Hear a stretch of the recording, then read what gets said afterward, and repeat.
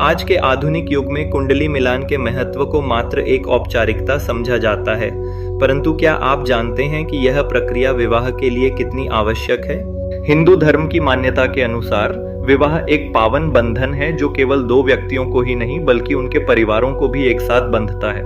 विवाह का यह संबंध जन्म जन्मांतर का होता है, जिससे यह समझा जा सकता है कि इस परंपरा को लेकर जितना गंभीरता से लिया जाए उतना ही बेहतर होता है।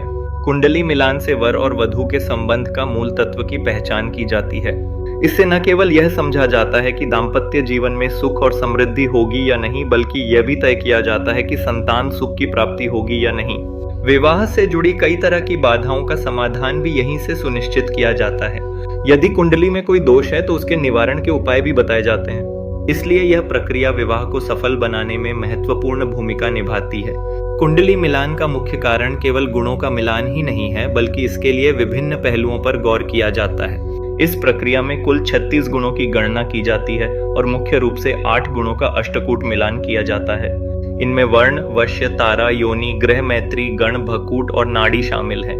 हर गुण का एक विशेष महत्व होता है जो वर और वधू के मानसिक, शारीरिक और सामाजिक संबंध को स्पष्ट करता है।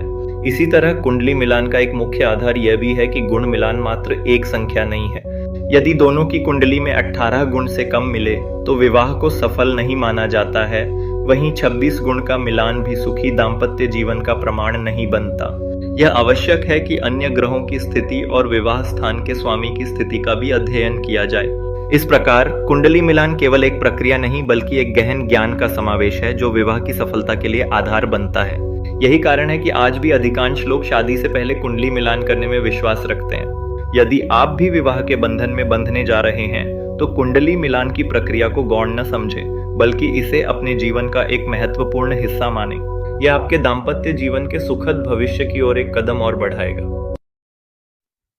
यदि आपको हमारा ये वीडियो पसंद आया है तो अवश्य जो है लाइक करें, सब्सक्राइब करें और शेयर करें, और आगे भी ऐसी ही जानकारी पाने के लिए